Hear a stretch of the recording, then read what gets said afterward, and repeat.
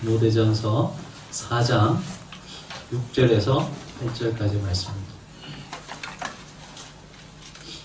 디모데전서 4장 6절에서 8절까지 말씀. 우리 짧으니까요. 우리 같이 함께 6절에서 8절까지 같이 읽겠습니다. 내가 이것으로 형제를 깨우치면 그리스도 예수의 좋은 일꾼이 되어 믿음의 말씀과 내가 따르는 좋은 교훈으로 양육을 받으리라. 망령되고 허탄한 신화를 버리고 경건에 이르도록 내 자신을 연단하라. 육체의 연단은 약간의 유익이 있으나 경건은 범사에 유익하니 금생과 내생에 약속이 있느니라. 아멘. 삼국을 통일한 신라의 장군 김유신은 젊은 날 화류계에서 명성이 자자했던 절세미인인 천관이라는 기생이 운영하는 술집을 자주 드나들면서 주색에 탐닉했던 그런 때가 있었다고 합니다. 그것을 안 어머님이 어느 날 김유신을 불러서 호되게 꾸짖었습니다. 치국평천하를 꿈꾸는 자가 어떻게 주색에 빠져서 그렇게 하루하루를 방탕하게 지내느냐, 호되게 꾸짖었습니다. 그 꾸지람을 듣고 이 김유신은 이 청관녀의 집에 발길을 끊기로 다짐하고 실제로 그렇게 이행을 하게 됩니다. 그러면서 무예와 또 책을 읽는 일에 집중을 하게 되죠. 그리고 결국 신라의 장군이 됩니다. 그러다 하루는 김유신이 전쟁에 승리하고 오는 중에 너무 피곤했는지 만류에서 잠깐 졸게 됩니다. 근데 이 말이 그만 옛 습관을 따라서 이 천관녀가 운영하는 기생집으로 가게 되었습니다. 평상시 자기를 그렇게 아껴주던 이 김유신이 하루아침에 발길을 끊는 모습을 보면서 실망을 하고 그를 원망했던 이 천관녀가 신발도 신지 않고 대문 앞에 나와서 김유신을 맞이했습니다. 그녀의 맞이하는 모습을 보면서 깜짝 놀라서 잠을 깼는데 보니 이 청관녀 집 앞에 와 있는 거죠. 그러자 그가 말을 향해서 이렇게 외쳤습니다. 내 이놈, 내가 비록 짐승이긴 하지만 어찌 주인의 뜻을 그토록 거스르는 것이냐 하면서 이 순식간에 자기가 사랑하는 이 에마의 목을 베게 되죠. 이 이야기는 너무 유명한 이야기라서 여러분들도 잘 아실 겁니다. 여러분, 자신이 세운 뜻을 지키기 위해서 자신이 사랑하는 그 에마를 단칼에 베는 이 김유신의 모습에서 그의 단호함과 결단을 우리는 보게 됩니다. 하지만 저는 좀 엉뚱한 상상을 한번 해봤습니다. 그 말의 입장에서 한번 생각을 해보았습니다. 죽은 말은 무슨 잘못을 했죠? 여러분, 과거 그 김유신 자신의 주인에 의해서 길들여진 죄밖에 없지 않나요? 주인이 허구한 날 그 말을 끌고 기생집을 가다 보니까 이 말도 무의식 속에 그냥 이 주인이 고삐를 들고 이렇게 방향을 잘 인도했으면 몰랐는데 이 졸고 있으니까 방향을 제시를 못했던 거죠. 그러니까 과거의 습관이 그대로 나와서 자기의 주인이 늘 가던 그곳을 향해서 간 죄밖에 없잖아요. 그렇죠? 사실은 이 말은 주인을 잘못 만나서 이런 비극을 당했다라고 우리가 한번 생각해 볼 수 있을 것 같습니다. 저는 오늘 우리 그리스도인의 모습 속에서 이런 모습을 보게 됩니다. 여러분, 우리 인생을 우리는 어떻게 살고 있습니까? 우리 자기 자신의 삶을 좋지 못한 것으로, 우리 자신의 생명을 파괴하는 것으로 우리 자신이 자꾸 삶을 인도해 나갑니다. 그러면서도 생명의 삶을, 축복된 삶을 살려고 바라는 그런 저와 여러분의 모습은 없는지요? 루터가 이런 재미나는 이야기를 했습니다. 여러분, 우리 그리스도인의 마음속에는 두 마리의 개가 있다라고 했어요. 한 마리는 하나님의 뜻을 좋아하고 그 뜻을 위해서 살기를 원하는 흰 개가 한 마리 있고, 또 한 마리는 악을 좋아하고 또 잘못된 습관으로 우리의 육신을 만족시키며 살아가려고 하는 검정 개가 있다라고 하는 거예요.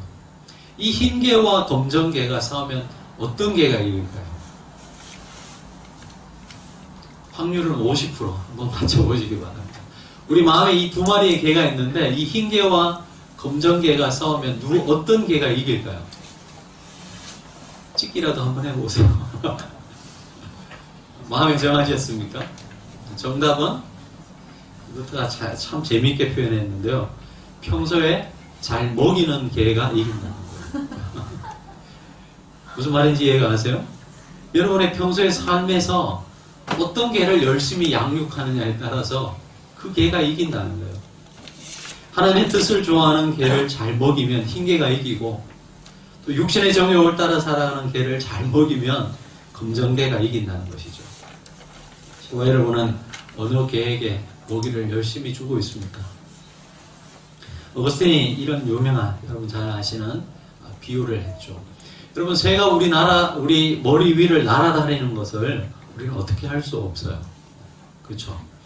여러분, 우리가 살아가다 보면 우리 인간의 본성 속에 이미 타락한 본성이 자리 잡고 있기 때문에 내 의지와 상관없이 악한 생각들이 우리의 머릿속에, 우리의 생각 속에 얼마나 자주 떠오르는지 모릅니다. 그러나 여러분, 이 새가 머리 위를 날아다니게는 할 수 없지, 날아다니는 것을 우리가 어떻게 할 수는 없지만 그 새가 우리의 머리에 와서 둥지를 틀고 살아갈 수 없게끔은 우리가 할 수 있다는 거예요. 그렇죠?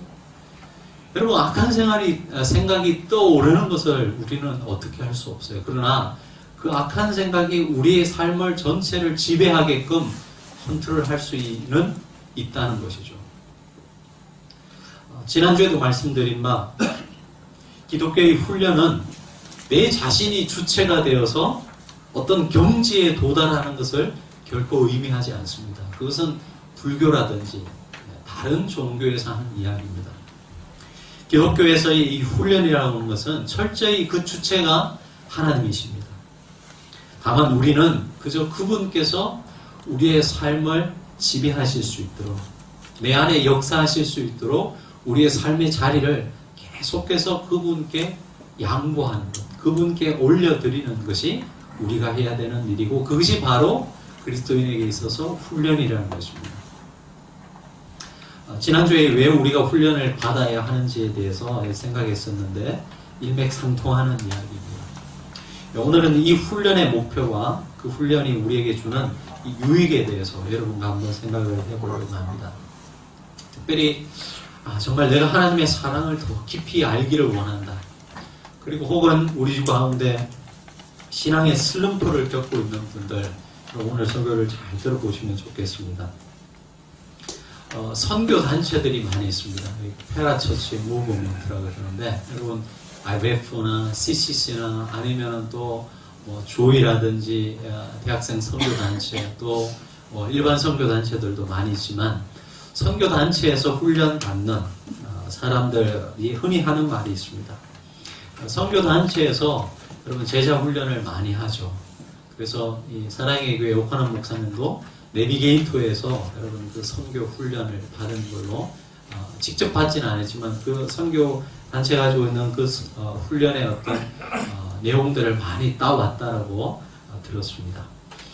이런 선교 단체에서 제자 훈련을 하는데 이 제자 훈련이 실패했느냐 성공했느냐를 가늠하는 어떤 기준점이 있습니다. 그게 뭐냐 하면, 내가 어떤 사람을 정말 잘 섬기고 하나님의 말씀으로 양육했습니다. 그래서 내 제자가 만들어졌어요. 나를 통해서 예수님의 제자가 한 명 만들어졌어요. 근데 그 사람이 자기 자신이 예수 그리스도의 제자가 된 것으로 끝. 그것은 실패한 제자 훈련이라고 합니다. 그러면 어떻게 해야지 성공했느냐?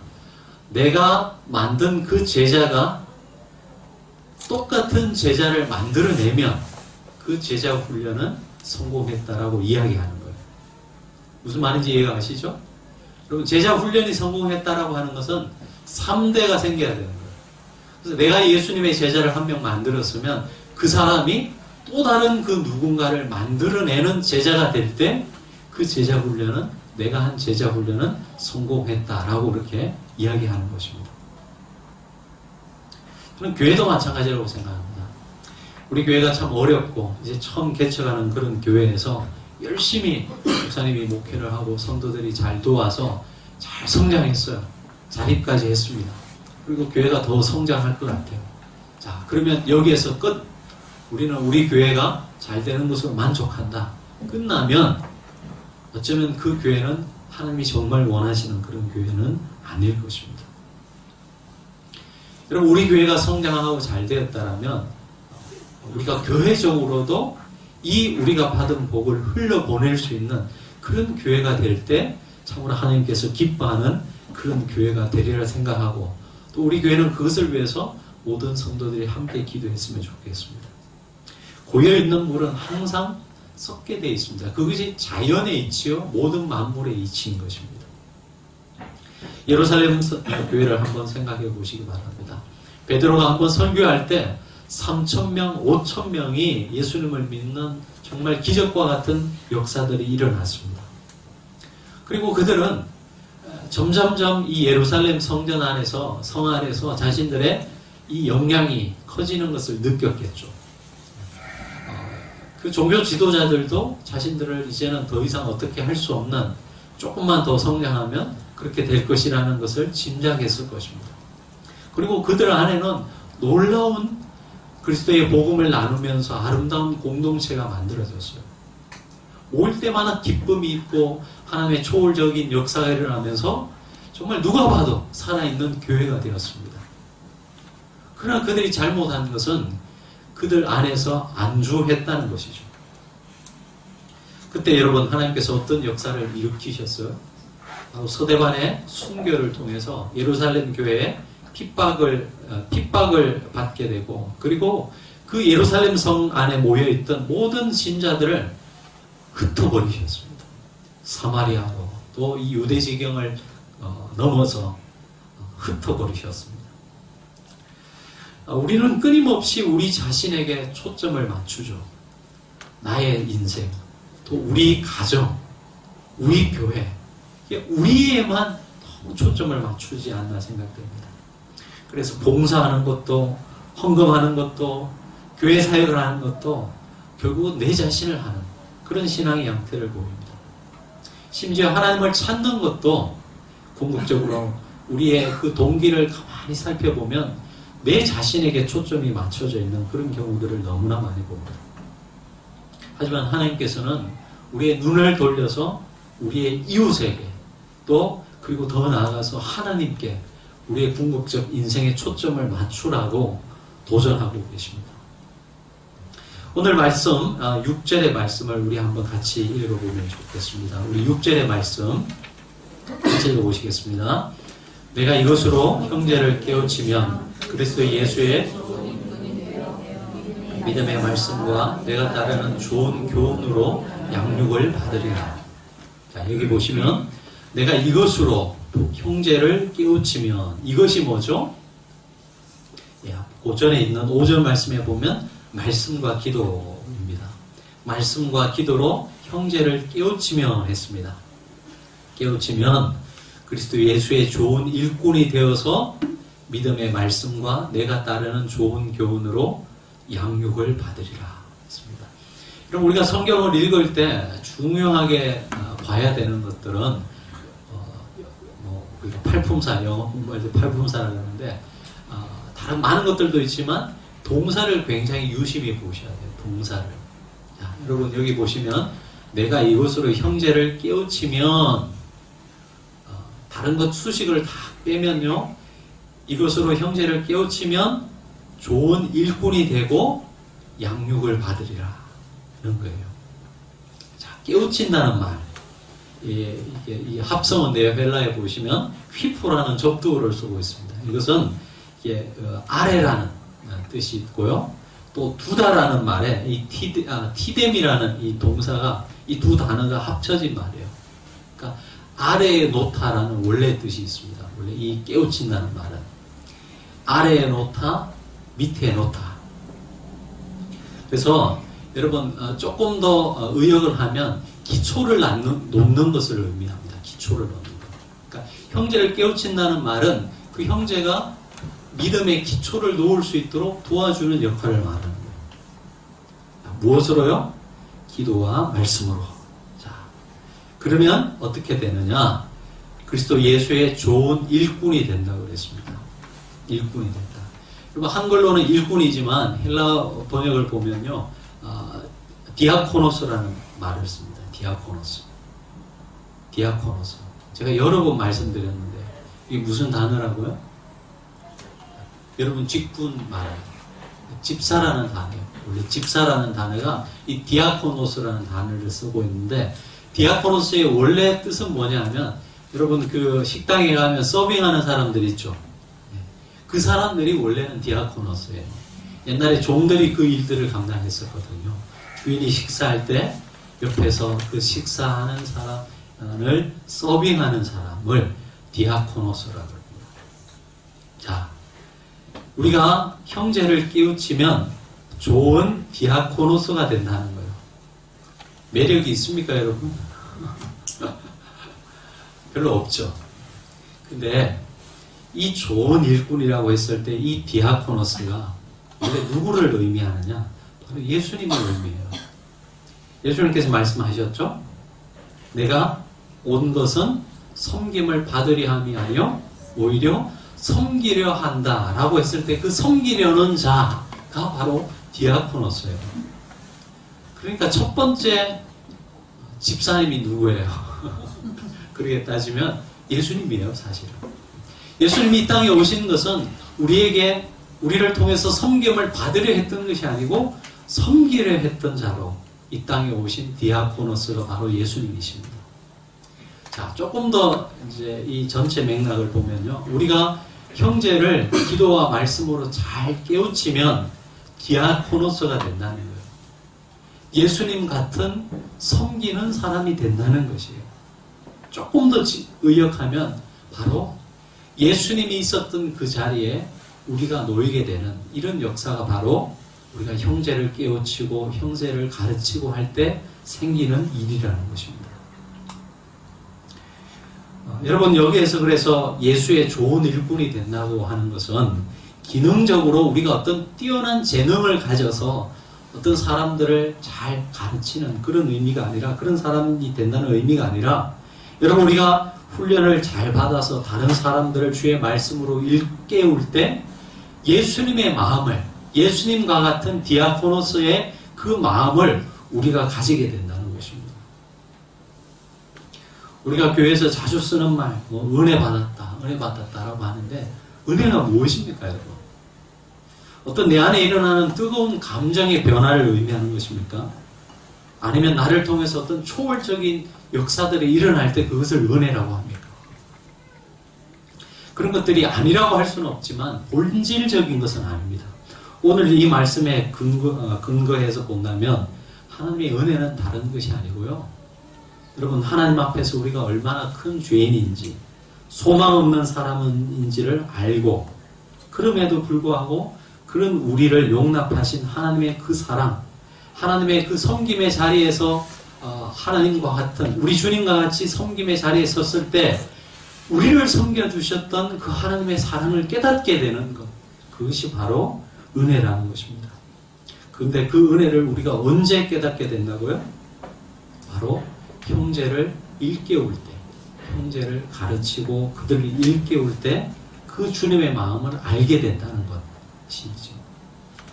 여러분 부모님의 마음을 우리가 언제 가장 잘 이해하게 된다고요? 네? 자기가 부모가 될 때. 여러분 이론적으로는 우리가 다 알 수 있어요. 내가 부모가 되지 않아도 부모님이 나를 키우기 위해서 얼마나 고생하셨을까 다 이해합니다.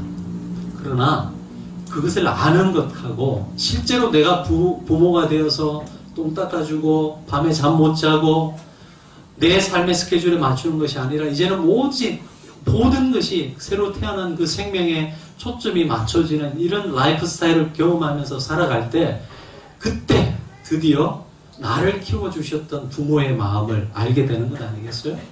마찬가지로 우리가 하나님의 마음을, 하나님이 우리를 사랑하신다는 것을 아무리 설명을 해도 사실은 그 사랑을 우리는 잘 모릅니다. 그러나 내가 어떤 사람을 섬기면서 숱하게 배신을 당하기도 하고 약속을 지켰는데 약속을 깨는 그 성도들을 만나면서 그런 사람들을 섬기면서 사실은 우리를 섬겨주신 하나님의 마음을 깨닫게 되는 것이죠. 제가 아동부 교사할 때요, 정말 말 안 듣는 친구 한 명 있었어요. 아예 예배 시간에요, 여기 밑에 가서 기어다녀요. 여기 장의자였는데 속을 많이 썩였죠. 근데 그게 한두 번이 아니고 매번 그래 보세요. 얼마나 스트레스 받겠습니까? 나중에는 심각한 기도 제목이 되었어요. 그랬는데 기도하면서 하나님께서 주시는 마음이 있었습니다. 개의 모습 속에서 누구를 봤냐면 제 자신의 모습을 본 거예요. 제가 그 아동부 때 말 안 들었었거든요. 그 정도 심하진 않았지만 그래도 말을 안 들었어요. 목사님이 뭐 설교하면 항상 뭐 이렇게 그냥 딴 생각하고 뭐 메모하고 그림 그리고 그랬었거든요. 제가 그 아이를 보면서 그제서야 나를 품어주셨던 하나님의 사랑에 대해서 알게 되었던 것입니다. 네가 그랬어. 그래도 하나님 은혜를 주시면 너도 변화될 거야. 이 마음을 주시더라는 거예요. 여러분, 제자 훈련의 궁극적 초점은 우리 자신이 아니고 다른 지체들을 하나님의 사람으로 세우는 것입니다. 그때 사실은 우리 마음에 하나님의 사랑과 하나님의 은혜를 알게 하시는 것입니다. 자, 그리스도 예수의 좋은 일꾼이 되고 두 번째는 양육을 받으리라는 말입니다. 이게 핵심입니다. 형제를 깨우치면 또 다른 형제를 제자 만들고 그들을 세우면 우리가 좋은 일꾼이 되고 두 번째로는 좋은 교훈으로 양육을 받으리라는 거예요. 성도 여러분 정말 신앙을 배우기 원합니까? 더 깊은 신앙의 자리로 나아가기를 원하십니까? 가르치십시오. 형제들을 깨우치시기 바랍니다. 그저 훈련받아서 나 자신 신앙생활 잘하는 것으로 만족해 한다면 그런 분들은 훈련을 제대로 받을 수 없습니다. 여러분, 가르치라는 단어가 오늘 본문뿐만 아니라 다른 본문에도 많이 나오고 있습니다. 여러분 6절, 11절, 13절 보시면 가르치라는 단어가 굉장히 많이 나오고 있습니다. 그리고 5장 대부도 보시면 5장 17절에도 나오고요. 6장 2절에도 가르치라는 말씀이 많이 나오고 있습니다. 가르치면, 형제들을 깨우고 가르치면 결국은 자기 자신이 하나님에 의해서 양육받는다는 것을 말씀하고 있습니다. 그래서 우리가 늘 흔히 하잖아요. 가장 좋은 공부 방법은 가르쳐 보는 거예요, 사실은. 우리 어머님들 한번 생각해 보시기 바랍니다. 그 옛날에 그 연약한 여성의 몸으로 어떻게 자녀들을 그렇게 키웠을까요? 뭐 세탁기가 있습니까? 뭐 밥솥이 있었습니까? 정말 그것도 애들이 한 명도 아니고 숱하게 많은 우리 아이들 어떻게 키웠을까요? 그 연약한 여성의 몸으로. 그때 돌아보면요, 사실은 그 아이들이 그 어머님의 사랑 때문에 커갈 수 있었지만 뒤집어 말하면 그 자녀들 때문에 그 자녀들을 키워야 된다는 사명감이 그 어머니를 그렇게 강하게 만들었던 거예요. 여러분, 우리가 우리의 신앙의 성장을 원한다면 여러분 우리 주위를 한번 돌아보시기 바랍니다. 내가 섬길 수 있는 사람, 내가 그리스도의 사랑을 베풀 수 있는 사람이 누구인지를 한번 보시기 바랍니다. 그들을 섬기고 그들을 그리스도의 말씀으로 깨우치면 사실은 우리 자신을 성장해 나가시는, 우리 자신을 성숙시키시는 하나님의 은혜를 우리는 경험할 수 있는 것입니다. 내가 완벽한 그리스도인이기 때문에 할 수 있는 것은 결코 아닙니다. 우리는 함께 되어져 가는 사람입니다. 서로가 서로를 보듬어 주면서 사실은 서로에게 버팀목 역할을 하는 것이죠. 말씀을 맺겠습니다. 옛날에 여러분 기억나실지 모르겠지만 허준이라는 드라마가 아주 유명했었습니다. 기억나시는지 모르겠습니다. 그 허준에 보면 이런 아주 제가 인상에 남는 장면이 하나 떠오릅니다. 이 허준이 스승 유이태 밑에 가서 정말 모진 핍박을 받으면서 그 유지태의 아들과 원래 있었던 그 종들에게 왕따도 당하고요. 그러면서 하루하루 지내게 됩니다. 근데 참 이 남달랐던 그런 재주가 있어서인지 유지태의 마음에 들었고 그의 사랑하는 애제자가 되죠. 근데 이 아들로부터 또 주위에 기존에 있었던 유이태의 이 종들로부터 엄청난 시기와 질투를 받게 됩니다. 그래서 결국은 나중에 이 허준이요 참다가 못해서 그곳을 떠나게 되고 결국은 내가 다시는 이 의학을 공부하지 않으리라 하고 깊은 산속에 들어가서 광부가 됩니다. 근데 이 허준이 결국은 다시 돌아와서 유이태 밑에 들어가서 의술을 배우게 됩니다. 근데 그렇게 된 계기가 있었어요. 허준이 이제 광부가 되어가지고 광산에서 일을 하는데 갑자기 갱도가 무너지면서 수많은 사람들이 다치게 됩니다. 여러분 그 옛날에 그 산에 의사가 있었겠습니까? 의원이 있었겠습니까? 정말 많은 사람들이 그냥 죽어가는 거였어요. 근데 마침 그때 그래도 조금 배운 게 있어서 이 허준이 자기가 배운 그 의학 지식으로 그 고통당하는 사람들을 섬기게 됩니다. 그리고 다는 아니지만 한 사람, 두 사람 회복되는 것을 경험하게 됩니다. 이런 일을 겪으면서 허준이 다시 생각하게 됩니다. 자신이 있어야 될 자리는 여기가 아니라 바로 스승 유이태 밑이었다는 것을 깨닫고 다시 돌아가게 됩니다. 그리고 결국 의술을 배워서 수많은 고통당하는 사람들을 섬기게 되는 것이죠. 여러분 자신에게 우리 자신에게 계속해서 초점을 맞추면 우리는 신앙의 성숙을 가져올 수 없습니다. 그리고 그렇게 고민하다가 끝날 거예요. 그러나 여러분 눈을 돌려서 내 도움이 필요한 사람들을 한번 보시기 바랍니다. 저 사람을 신앙적으로 조금만 도와주면 일어설 것 같은데 이런 사람들을 있는지 찾아보시기 바랍니다.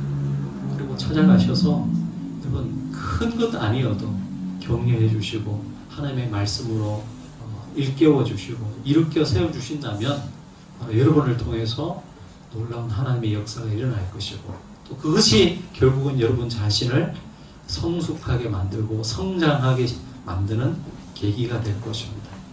우리의 눈을 들어서 여러분 주위를 볼 수 있는 그런 믿음의 지평이 넓어지는 우리 모든 광야의 교회 식구들 될 수 있기를 바랍니다. 기도하시겠습니다.